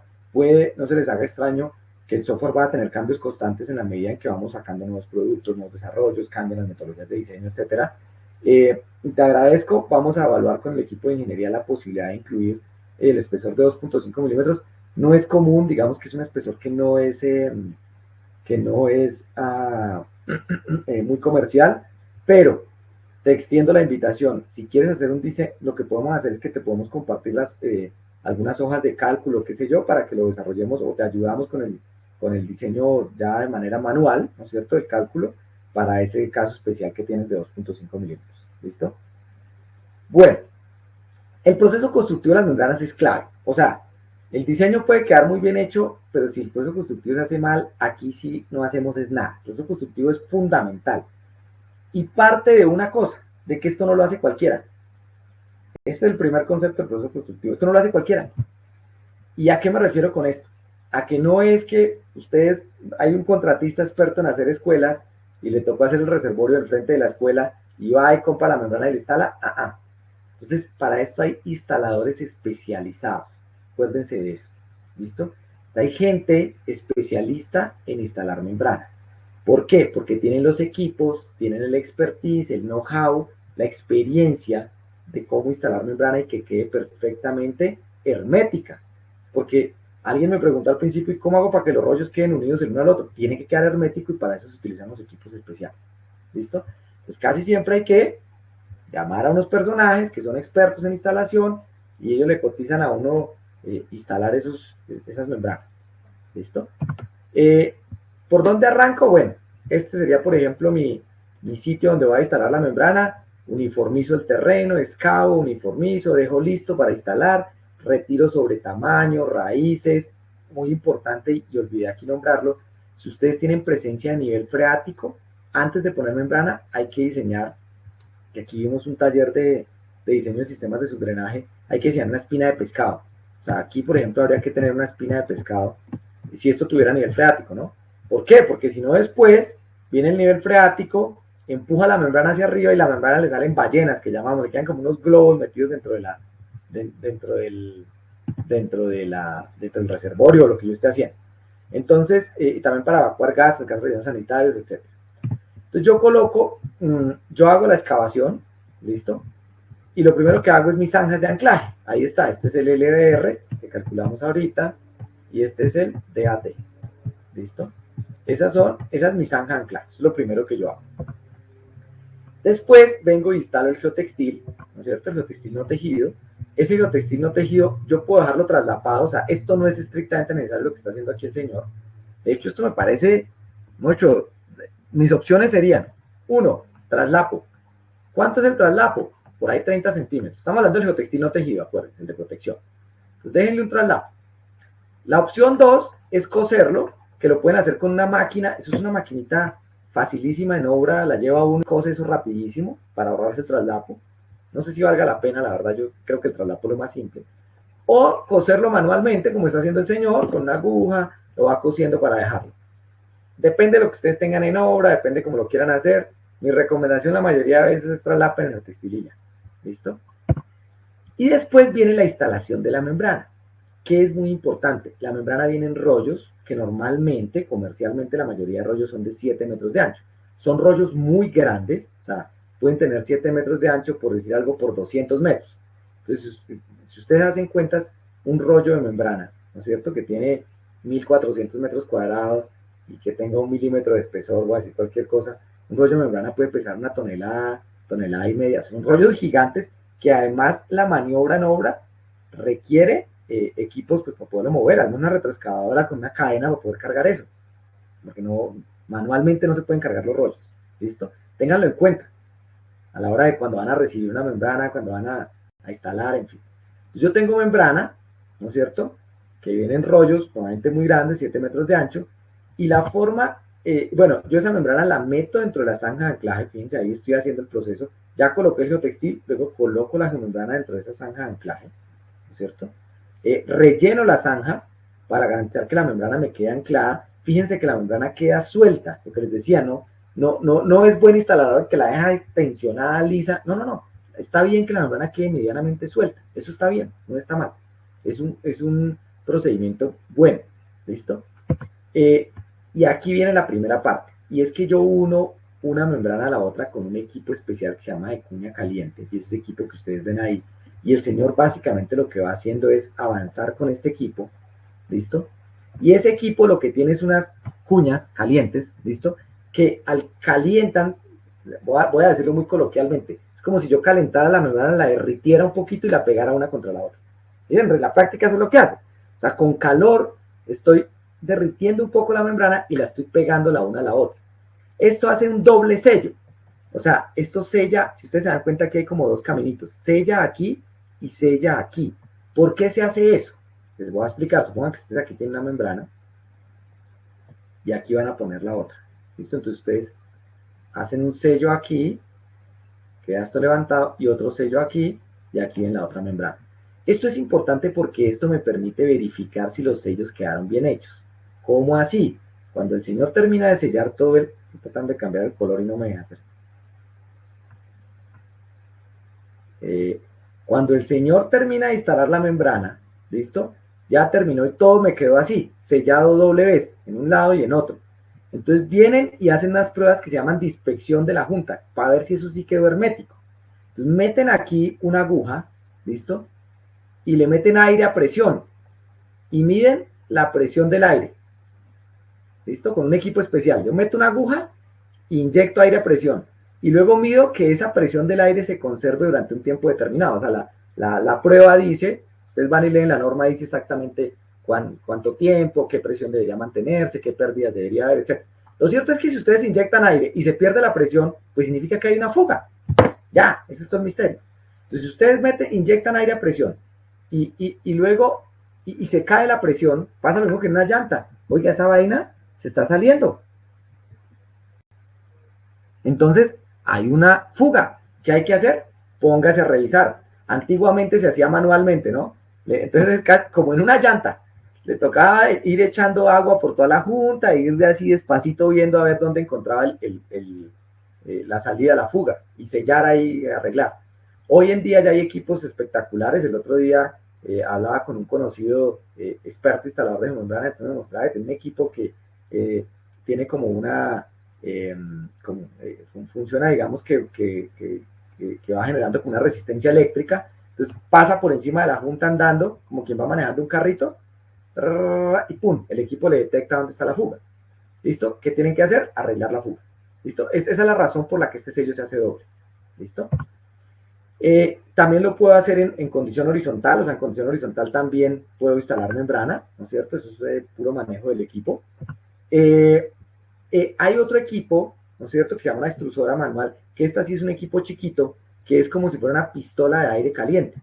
Esta es importante, ¿por qué? Justamente porque, por ejemplo, ustedes necesitan hacer una reparación, un sello ahí en un punto específico que se les dañó, que necesitan hacer un sellado allá en una esquina donde no pueden hacerlo con el equipo este especial. Esto es, hagan de cuenta, una pistola de aire caliente que yo caliento, pero esto sí lo hago de manera manual.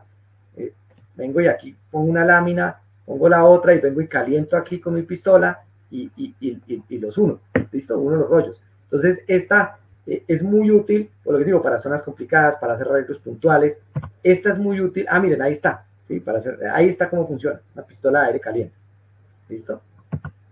Para hacer esto, por ejemplo, porque si ustedes tienen una entrada y una salida de un tubo, entonces ustedes necesitan hacerle un detalle especial. Esto se llama unas botas. Entonces, estas botas son unas botas que se fabrican allá en obra, la hacen estos señores que son especialistas en instalación de membrana. Entonces, ellos se sientan, fabrican esa bota para meterla allá y luego vienen y le hacen este sellado aquí a la otra membrana. Todo esto lo arman utilizando esa pistolita. Entonces, pero es importante, miren que todos estos detalles es clave que queden impermeabilizados. Y por eso es clave que el que instala la membrana sepa. No lo hace cualquiera, por eso les decía. Esto requiere un nivel de expertise a la hora de instalar. Voy a leer unas preguntas, creo que me están enviando acá. Dame un segundo. Me dice Alejandro, bueno, 40 mil es igual a 1 milímetro. Buenos días, ¿qué opinión puede indicar una impregnación con membrana en cimentaciones? José Castillo. Excúseme, la membrana de 40 mil, ¿a cuántos metros? Bueno, la 40 mil es 1 milímetro. Y Mario me dice que qué opina para la impermeabilización con membranas de cimentaciones. Es buenísimo. Sobre todo cuando yo tengo arcillas expansivas, porque cuando ustedes tienen arcillas expansivas en cimentaciones de vías o una cimentación cualquiera, el problema, las arcillas expansivas no son ni malas al final del día. Las arcillas expansivas son arcillas que pueden tener hasta buenos parámetros mecánicos. El problema de la arcilla expansiva es que entra el agua y se expande, se va el agua y se contrae. Y de eso sufrimos mucho en muchas ciudades en América Latina. O sea, Ciudad de México está llena de arcillas expansivas, Bogotá está llena de arcillas expansivas, la costa norte de Colombia llena de arcillas expansivas, en Sao Paulo hay arcillas expansivas. Entonces, como sufrimos tanto de arcillas expansivas, muchas veces queremos tratarlo de manera mecánica, tirándole piedra, estabilizando, colocándole, qué sé yo, cantidad de cosas, y a veces la solución no es otra que evitar la entrada y salida de agua.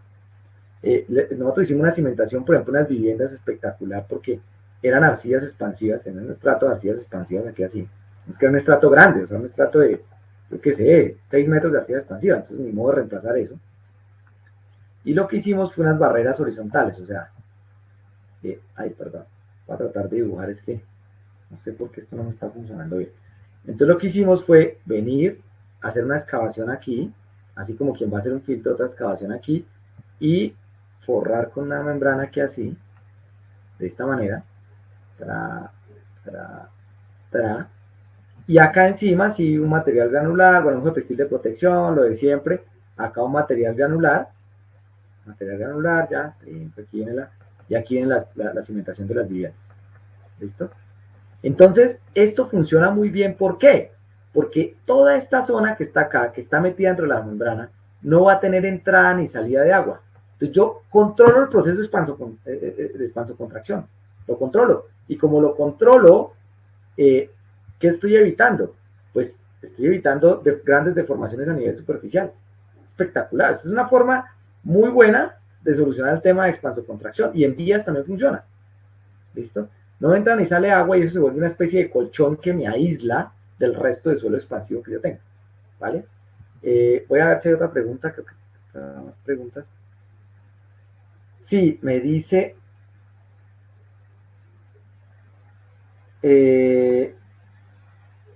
sí, Carlos me dice, la presentación funciona con material... Sí, claro, digamos que la extrusión, como se llama extrusora, porque justamente va agarrando un cordoncito de polietileno también y lo va derritiendo y lo va volviendo como un pegante, por decirlo de alguna manera. Es como cuando uno aplica silicona, ¿sí? Lo que es parecido, ¿no? Porque yo estoy agarrando un material duro y lo estoy derritiendo para que me ayude a pegar. Son detalles del proceso constructivo que tienen muy claro la gente que trabaja con membrana. Acá está, miren, entonces todos estos detalles son importantes, ¿no? Cuando yo estoy trabajando con membranas. ¿Qué ventajas tienen las geomembranas respecto de otros sistemas? Con otros sistemas, ¿a cuáles me refiero? Por ejemplo, capas de arcilla. Las capas de arcilla, extenderlas y compactarlas lleva mucho tiempo. La geomembrana, a ver, un instalador que tenga pista puede instalar, yo no sé, 4.000 metros cuadrados en un día. O sea, el rendimiento de esta vaina es altísimo. ¿Listo? 30% de ahorro, claro, pues es mucho más fácil instalar una membrana que van a extender y compactar arcilla, ¿no es cierto? Hay otros sistemas también, pero son costosos. La membrana sí claramente es de los sistemas de impermeabilización tal vez el más económico. Me pregunta Manuel Eduardo, ¿esa solución para arcillas expansivas funcionaría siempre y cuando no haya presencia de nivel freático? Lugar Canavillas, por favor ayuda para descargar eso. Manuel Eduardo, le voy a pedir a alguien de nuestro equipo que te contacte, si nos puedes dejar un correo electrónico, por favor, para ver qué pasa con la descarga. Y arcillas expansivas, sí, claro, depende de la condición de nivel freático que yo tenga. En esos casos, digamos, de nivel freático, también tendría que entrar a controlar la posibilidad de que yo tenga presencia de agua, no. Ahora, perdón, me salgo un poquito del... en algún momento nosotros hicimos unos terraplenes con arcilla expansiva, o sea, digamos que teníamos que hacer unos terraplenes y el único material de sitio que había era arcilla expansiva. Entonces, uno puede encapsular, hacer como unos tamales, bueno, es que tamales le decimos en Colombia, pero no sé, en otros países un tamal, unas bolsas, pues, donde envuelvo material, listo, aquí envuelvo un material expansivo, y yo podría pensar en conformar, por ejemplo, terraplenes no tan grandes, porque digamos que a veces los costos, los terraplenes que están 100% aislados, ¿no? No tiene, así, digamos, tenga pues, potencial de inundación, el agua no va a entrar ni a salir nunca. Todo esto se vuelve sentido común. Ustedes ya conocen el concepto de impermeabilización, de ahí para allá les pueden surgir unas ideas espectaculares. ¿Listo? En el caso de las zanjas de coronación, el mantenimiento pues es básicamente muy pequeño porque yo en las zanjas de coronación no necesito... bueno, primero no necesito colocar... está con rojo, sí. No necesito, digamos que si se deforma un poquito el terreno, etcétera, esto no se va a fisurar porque es flexible. Algo importante y que olvidé decírselo es que en esta aplicación, en zanjas de membrana, no es necesaria el sellado de las juntas. O sea, ustedes no tienen que llevar a un señor experto en sellado con equipos a que se suba ya a sellarlas. ¿Por qué? Porque acá no es grave que, digamos que aquí, visto en perfil, aquí viene la cuneta, visto que viene bajando, y el traslapo normalmente se deja para que quede, perdón, esto lo hice al revés, para que quede la de encima, con unas tejas, la de encima entregue a la de abajo el agua. Aquí viene la otra membrana, entonces le entrega la de abajo, el agua va a escurrir aquí por encima, el agua escurre, así, entonces no es crítico el tema de impermeabilización, no es necesario que esto me quede sellado perfectamente. Ahora, si se escapa una gota, dos de agua, no pasa nada, es agua lluvia, no es, aquí lo que estoy buscando es al máximo evitar la infiltración, pero que si se filtran una o dos gotas, eso no tiene un problema ambiental ni nada, entonces aquí sí no es necesario esta tarea. ¿Listo? De sellado cuando hago este tipo de zanjas. Es un elemento flexible, lo que les decía, eso le garantiza una durabilidad en el largo plazo. Por eso la geomembrana, digamos que es una solución que brinda muchas alternativas cuando estoy trabajando este tipo de soluciones. Para rematar, los quiero invitar a que visiten nuestra página web, a que nos sigan en nuestras redes sociales. Y a que descarguen el software, por supuesto, el software y el manual. La otra semana, atentos porque vamos a tener más talleres de diseño. Si no estoy mal, está pendiente el de diseño de taludes y canales. Y si no estoy mal, está pendiente el de diseño de refuerzo de pavimentos con geomallas biaxiales construidas. No recuerdo si hay otro. Si es así, bueno, para que estén atentos a la programación. Los que no los puedan ver por su agenda o no hayan podido ver algunos anteriores, recuerden que en www.geosoftpaco.com van a poder verlos de nuevo, quedan colgados en YouTube para que los vean en cualquier momento con más calma. Y voy a revisar si hay alguna otra pregunta. Es más, me voy a ir aquí al chat. ¿Dónde está eso? Voy a ver si hay alguna otra pregunta. Creo que no. Estoy revisando el chat. No hay más preguntas. Va a haber certificado. Bueno, eso lo estaremos notificando. No sé cómo ha sido la asistencia. Claudia. Bueno, aquí sí hay más preguntas.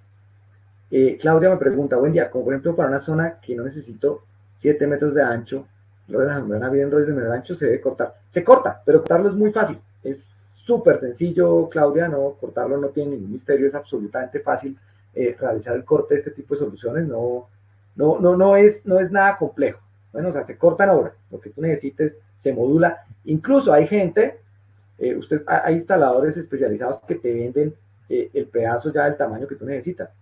Digamos que si llamas a unos instaladores pequeños, qué sé yo, ellos tienen membrana cortada y te venden el pedazo que necesitas. Bueno, creo que eso responde a la otra pregunta. José, excelente presentación de recursos. Muchas gracias, José. Si no hay más preguntas, gracias de verdad. Nuevamente, el sol daña la geomembrana, pero la membrana sí tiene una durabilidad superior a los 15, 20 años expuesta. O sea, la membrana no se degrada rápidamente como pasa por ejemplo con los textiles. El peso máximo depende de la presentación, Carlos, pero pues la membrana, el peso del polietileno está alrededor de 1 tonelada por metro cúbico, para que saquen cuentas. Entonces, si el espesor es de 1 milímetro, el metro cuadrado más o menos va a pesar 1 kilo. ¿Listo? Si viene un rollo de 1000 metros cuadrados, pues 1 tonelada. ¿Listo? Los instaladores, bueno, donde se capacitan ya, yo pues... hay cursos especializados en el IGS, hay cursos, digamos que la mayoría han venido aprendiendo empíricamente, pero hay cursos especializados sobre todo de fabricantes de geomembrana a nivel global que tienen que ver con la instalación, pero si quieren eso lo podemos hablar, nos escribe José y lo hablamos ya más al detalle.